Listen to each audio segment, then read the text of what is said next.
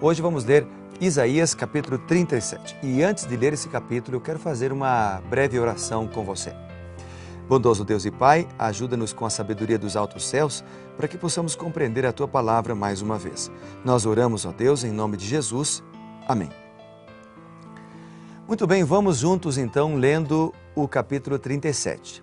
Porém, antes de ler o capítulo 37, deixa eu só lembrar você que ontem, o capítulo 37, na verdade, ele é uma continuação do capítulo 36 que nós lemos ontem. Então, ontem, você lembra, Rabsaqué desafiou Ezequias, dizendo que o Deus dele não era forte, que o Deus dele era comparado com os outros deuses, que ele não tinha forças, que ele deveria render-se, né? E aí, o final do capítulo 36, ele termina dizendo o seguinte, no versículo 22. Então, Eliaquim, filho de Ilquias, o mordomo, e Sebna, o escrivão, e Joá, filho de Asaf, o cronista, rasgaram suas vestes. Era um símbolo de preocupação, era um símbolo de consternação, de arrependimento e de preocupação também. E eles vieram ter com Ezequias. O rei Ezequias, ele referiram as palavras de Rabsaqué, ou seja, contaram para Ezequias que o Deus verdadeiro tinha sido afrontado, que Ezequias tinha sido desafiado e que o inimigo estava afrontando o povo de Deus, dizendo que o Deus dele não era um Deus verdadeiro e forte como eles pensavam. Dentro deste contexto começa o capítulo 37.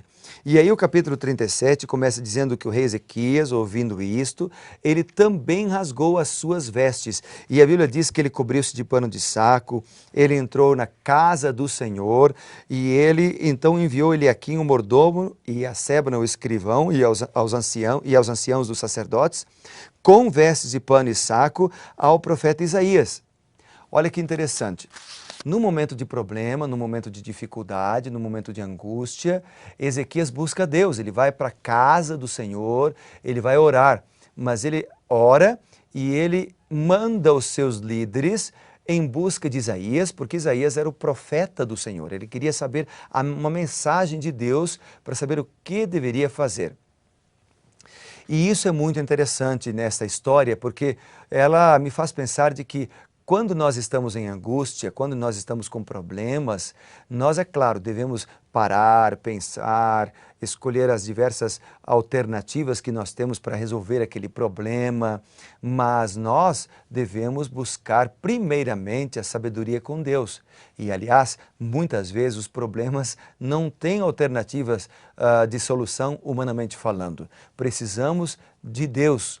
Mas é quando nós conseguimos resolver os problemas com as nossas capacidades adquiridas ou desenvolvidas que corremos mais o risco de esquecer de Deus.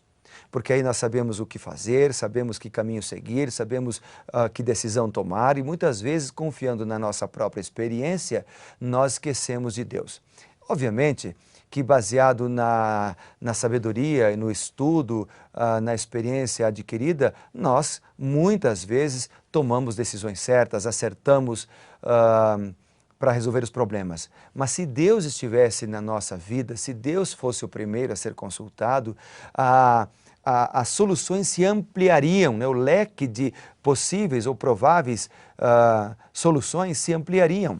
É por isso que nós precisamos confiar mais em Deus. No caso de Ezequias, a solução estava só com Deus. Ele estava diante de um problema impossível de se resolver. O inimigo era muito mais forte e aí ele precisava realmente da atuação divina do Senhor. E eles vão então atrás de Isaías, e Isaías, inspirado pelo Espírito Santo, orientado por Deus, dá uma mensagem para Ezequias, e essa mensagem eu destaquei algumas frases dela.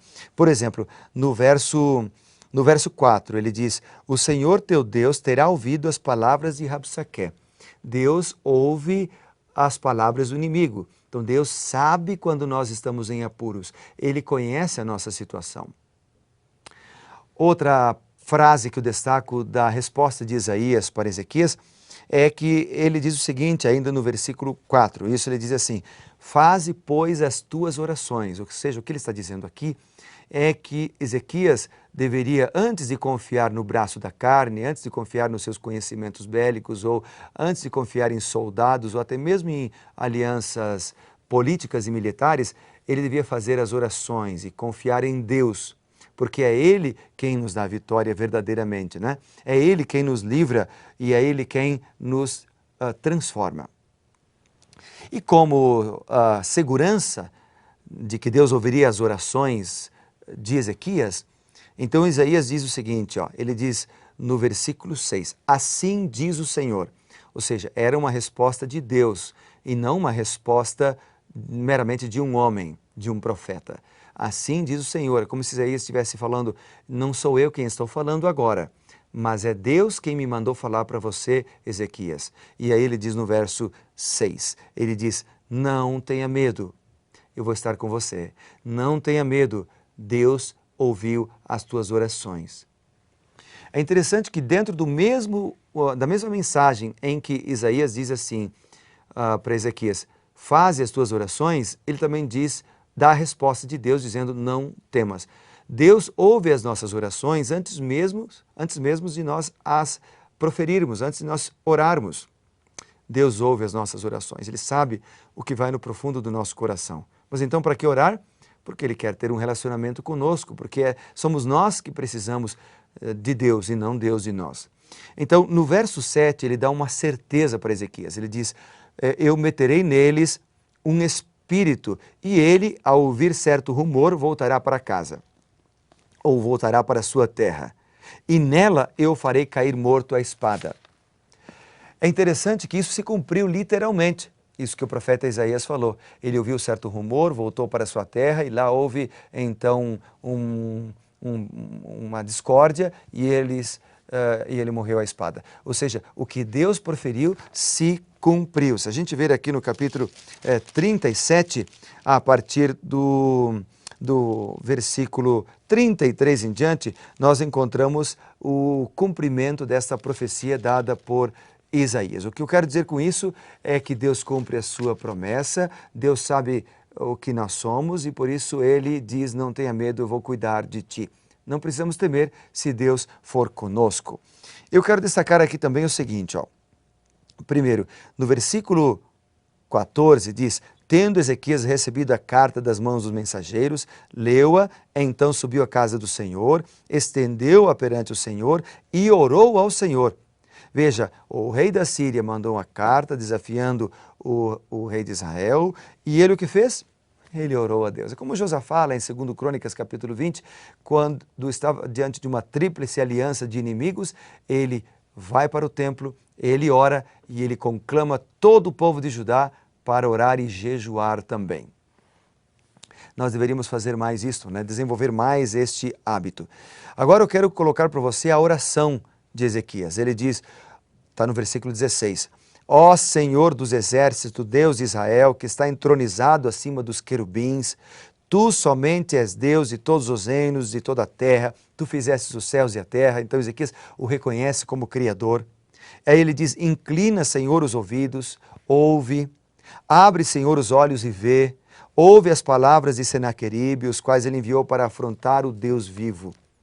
Ele coloca o problema nas mãos de Deus e diz, Senhor, por favor, ouve a minha prece. É como a conversa de um amigo com outro que diz assim, presta atenção no que eu estou falando, eu preciso muito de você. Deus ouviu a sua prece, tanto que no capítulo mostra o livramento de Deus. Esse livramento de Deus, ele é apresentado na figura de um anjo. Veja comigo. Aqui no versículo 36 diz, então, interessante que a palavra então é uma conjunção conclusiva, ou seja, em resposta à oração de Ezequias, em resposta à confiança deles em Deus, em resposta ao clamor, saiu o anjo do Senhor e feriu no arraial dos assírios a 185.000 soldados inimigos. Os anjos de Deus, eles vêm em proteção aos filhos de Deus. Isso nós vemos também na Bíblia, lá no Salmo. Por exemplo, o Salmo 34 diz o seguinte, ó. Vamos ler juntos. O Salmo 34, verso 7 diz assim, o anjo do Senhor acampa-se ao redor dos que o temem e os livra. E no verso 8 diz, provai e vede, o Senhor é bom, bem-aventurado o homem que nele se refugia. Ezequias se refugiou no Senhor.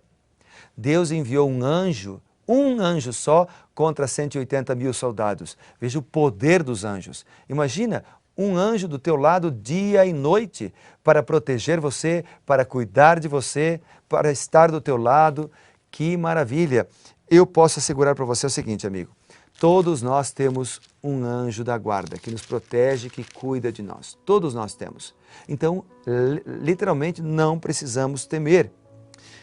O versículo 35, eu quero ler agora para encerrar o capítulo, ele diz assim, ó, porque eu defenderei esta cidade para a livrar, são palavras de Deus, por amor de mim e por amor do meu servo Davi. Deus defenderá a cidade, Ele defenderá seus filhos, Ele envia anjos para cuidar de nós. Dia e noite um anjo vela sobre mim. Dia e noite os anjos do Senhor, poderosos anjos do Senhor, eles estão do nosso lado. Não podemos ver, como a gente não vê o ar, como a gente não vê as ondas do celular ou da televisão, não é? Ou do Wi-Fi ou do rádio, mas eles estão aqui ao nosso redor. Da mesma forma, os anjos de Deus estão do nosso lado para nos proteger. E é por isso que nós não somos mortos. É por isso que nós não somos destruídos pelos anjos maléficos de Satanás. Porque nós temos um anjo protetor do nosso lado, que acampa-se do nosso lado e nos protege. E é por isso que eu quero orar por você agora, pedindo que Deus te abençoe e também para que você possa permitir que o anjo do Senhor te proteja dia após dia. Vamos orar então? Bondoso Deus e Pai, obrigado pela oportunidade de receber essa revelação da Tua Palavra hoje. Dá para cada um de nós a Tua proteção. Cuida da gente, Senhor, livra-nos de todo mal e liberta-nos dos anjos do maligno. Nós oramos em nome de Jesus. Amém.